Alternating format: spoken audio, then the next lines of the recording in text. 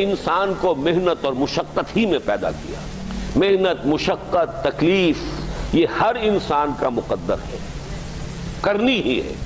فرق صرف یہ ہوتا ہے کہ کسی کی مشقت اور محنت جسمانی زیادہ ہے، اینٹیں ڈھو رہا ہے غریب، کسی چلا رہا ہے۔ کسی کی محنت مشقت ذہنی زیادہ ہوتی ہے، بیٹھا ہوا تو ہے آرام کرسی پر، ریوالونگ چیئر ہے بڑی آرام دہ، لیکن اس کی جو ذہنی مشقت جو وہ کر رہا ہے، جو جسمانی مشقت کرتا ہے وہ رات کو پاؤں پھیلا کر سوتا ہے، چاہے روٹی بھی پوری نہ ملی ہو، لیکن اسے پتہ نہیں ہوتا رات کب گزر گئی۔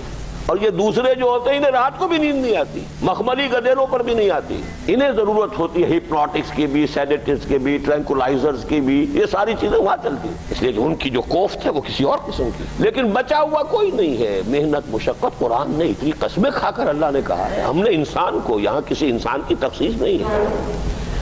محنت، مشقت، اور اس محنت مشقت کے ساتھ اس میں غالب نے ایک اور رنگ داخل کیا ہے، اس کے ساتھ غم بھی۔ مثلا حیوان اور انسان میں کیا فرق ہے؟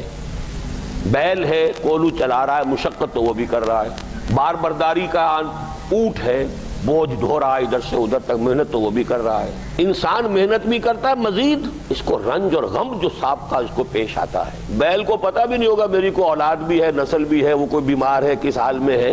گائے کو بھی اپنے بچے کی خبر ہوگی، وہ چھوٹا سا جب ہے دودھ پیتا ہے، اس کے بعد اسے کیا پتا وہ کہاں گیا کہاں نہیں ہے۔ انسان کو جو تکلیفیں جھیلنی پڑتی ہیں، پھر جو غم جھیلنے پڑتے، وہ حیوان کے لیے نہیں ہے، یہ انسان کے لیے۔ اسی لیے کہا غالب نے کہ قید حیات و بند غم اصل میں دونوں ایک ہیں، موت سے پہلے آدمی غم سے نجات پائے کیوں؟ تو یہ مشقت اور غم دونوں کو شامل کر لیجئے۔ انسان کا معاملہ حیوان سے بدتر ہے اس پہلو سے۔ کبھی کسی بیل کو، اونٹ کو وہ صدمہ نہیں ہوا ہوگا کہ بیٹا نے سینے تان کر کہا ابا جان آپ چھوڑیے، آپ کیا باتیں کرتے ہیں، آپ دقیانوسی باتیں کرتے ہیں، اب زمانے کا رنگ بدل گیا۔ وہ جو بوڑھے باپ کو جو اس وقت صدمہ پہنچتا ہے، یہی ہے وہ جس پر میں نے اپنی جوانی کھپائی ہے، جس میں میں نے اپنے آپ کو انویسٹ کیا ہے۔ آج یہ میرے سامنے کھڑا ہو کر کیا کہہ رہا ہے؟ اور یہ تو میں نے بڑی ہلکی مثال دی ہے، گالیاں دینے والے بھی ہیں، ماں باپ کو قتل کرنے والے بھی ہیں، مرتا نہیں ہے بڈھا کہ یہ مرے تو مجھے یہ ساری جائیداد ملے اور مجھے آزادی حاصل ہو۔ اے انسان، تجھے مشقت پر مشقت جھیلتے ہوئے، محنت پر محنت کرتے ہوئے ہی آگے بڑھنا ہے، اور پھر اپنے رب کے حضور میں پیش ہونا ہے۔ یہ اور مصیبت ہے، کسی اونٹ اور کسی بیل سے محاسبہ نہیں ہے وہاں۔ اس روز کہے گا کافر کاش میں مٹی ہوتا، انسان بنا ہی نہ ہوتا میں، جسے آج ہم بہت بڑا شرف سمجھ رہے ہیں، شرف انسانیت۔ کاش کہ میں مٹی ہوں، یہ انسان کی حیثیت مجھے دی ہی نہ جاتی کہ میں آج یہاں کھڑا ہوں جواب دے کے۔ حضور نے فرمایا کل نفس یغدو فبائع نفسہ فموتقھا وموبقھا۔ ہر انسان جب صبح آنکھ کھلتی ہے، رات کے سونے تک وہ اپنے آپ کو بیچتا ہے۔ کوئی جسمانی مشقت اپنی بیچ رہا ہے، شام کو 100 روپے لے کر آیا ہے، اس نے اپنی جسمانی محنت بیچی ہے نا۔ کسی نے اپنی ذہنی محنت، ذہنی صلاحیت بیچی ہے، چاہے وہ ڈاکٹر ہے، چاہے انجینئر ہے، کوئی اور ہے، وہ اپنی ذہنی صلاحیت بیچ رہا ہے بیٹھا ہوا اپنے کلینک میں، اپنے آفس میں۔ بائع نفسہ، اپنے آپ کو بیچتا ہے۔ یہ بیچنا تو ہر ایک کا ہے، ہر شخص بیچ رہا ہے اپنے آپ کو۔ کوئی بدبخت وہ ہے جو یہ ساری مشقت جھیل کر بھی رات کو جہنم لے کر آیا ہے، گھر مشقت بھی جھیلی اور لے کر بھی آیا آگ کے انگارے، اس لیے کہ حرام کاروبار کیا۔ کوئی وہ ہے جو اس مشقت کے بعد اپنے نفس کو جہنم کی آگ سے چھٹکارا دے کر آتا ہے۔ بیچا، جائز جگہ بیچا، جائز طریقے سے بیچا اس نے بھی، محنت اس نے بھی کی، مشقت اس نے بھی کی، لیکن اس نے اپنی مشقت کے نتیجے میں اپنے آپ کو برباد کر لیا۔ تو جب آزمائش میں کوئی پڑے گا تو پتا چلے گا نا کہ کھرا ہے یا کھوٹا ہے۔ آزمائش میں نہیں آیا، امتحان میں نہیں آیا، کوئی تکلیف آئی نہیں، تو وہ کھرے اور کھوٹے گڑمڑ رہیں گے۔ مان لیتے ہیں آپ کی سیلری 24,000 ہے، اگر اس میں سے 5,000 میں جلا دوں تو برا لگے گا نا؟ پھر جب اپنے دن کے 24 گھنٹوں میں سے 5 ملے جلے رہیں گے، دودھ کا دودھ اور پانی کا پانی جدا نہیں ہوگا۔ کیا لوگوں نے یہ سمجھا تھا کہ وہ چھوٹ جائیں گے صرف یہ کہنے پر کہ ہم ایمان لے آئے اور انہیں آزمایا نہ جائے گا؟ ہم نے تو آزمایا ہے ان سب کو جو ان سے پہلے آئے۔ تو یہ تو یوں سمجھیے کہ اس راستے کا ایک مستقل معاملہ ہے، جو آئے سوچ سمجھ کر آئے کہ یہ شہادت گاہ الفت میں قدم رکھنا ہے۔ لوگ آسان سمجھتے ہیں مسلمان ہونا۔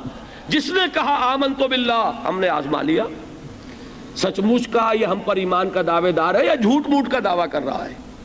یہ سچ مچ کا عاشق ہے یا جھوٹ موٹ کا عاشق ہے؟ ظاہر بات ہے کہ امتحان نہ ہو، آزمائش نہ ہو تو کیسے ان کے مابین تمیز ہوگی؟ کہہ تو دیا سب نے آمنت باللہ، اب ذرا تھوڑی دیر کے لیے ہم بھی اپنے گریبانوں میں جھانکے، ہم بھی کہتے ہیں نا اللہ کا ہمارا ایمان ہے، اللہ پر، آخرت پر، رسول کا عشق کا بھی دعویٰ ہے، اور جب نعتیں ہم سنتے ہیں تو بڑے جھومتے ہیں، لیکن یہ کہ واقعتاً آدمی جھانکے اپنے قلب کی گہرائیوں میں کہ یہ ہم کتنے کچھ سچے ہیں اپنے اس دعویٰ ایمان، جہاں کوئی معاملہ آیا اگر ہم اس دین کے اس حکم پر عمل کرتے ہیں تو اتنا نقصان ہوتا ہے، اس حکم کو پیچھے ڈال دیں تو اتنا نفع ہوتا ہے۔ سچ بتائیے کہ ہم میں سے اکثریت کا فیصلہ کس بات کی طرف جائے گا؟ دین کا حکم پس پشت، دنیاوی مفاد وہ مقدم۔ تو معلوم ہو گیا کہ ہمارا یہ دعویٰ جو ہے اللہ پر ایمان کا اور آخرت کے یقین کا جھوٹا دعویٰ ہے۔ کیوں اللہ کی طرف سے یہ چیزیں آتی ہیں؟ دیکھو، کوئی مصیبت تم پر نہیں آ سکتی، نہیں آتی مگر اللہ کے اذن سے۔ وَمَن يُؤْمِن بِاللَّهِ، اور جو شخص اللہ پر ایمان رکھتا ہو، یہد قلبہ، اللہ اس کے دل کو ہدایت دے دیتا ہے، اس کے دل کو سکون عطا کر دیتا ہے، وہ راضی برضائے رب ہو جاتا ہے، اس میں شکوہ نہیں رہتا، اس میں شکایت نہیں ہوتی، اس میں تلخی نہیں ہوتی، کیوں ہو گیا، کیسے ہو گیا، کیوں ہو گیا، نہیں ہونا چاہیے، نہیں دیتے۔ یہ سارا جو پیچ آدمی کھاتا رہتا ہے نا، اندر ہی اندر وہ جو پیچ کھا رہا ہے، یہ سب پیچ سے نجات مل گئی۔ پہلی بات یہ کہ یہ اللہ کی طرف سے آزمائش کے طور پر آتی ہے۔ آزمائش، میرا بندہ اس پر صبر کرتا ہے یا نہیں، یا میرے خلاف بکواس کرنے پر آمادہ ہو جاتا ہے۔ اللہ تو ایسا ہے، اللہ نے تو ہم پر کبھی کرم کیا ہی نہیں ہے، اللہ تو ظالم ہے، معاذ اللہ معاذ اللہ معاذ اللہ۔ کہیں ایسا تو نہیں، میرا بندہ جو ہے تکلیف کو جھیلتا ہے، میرے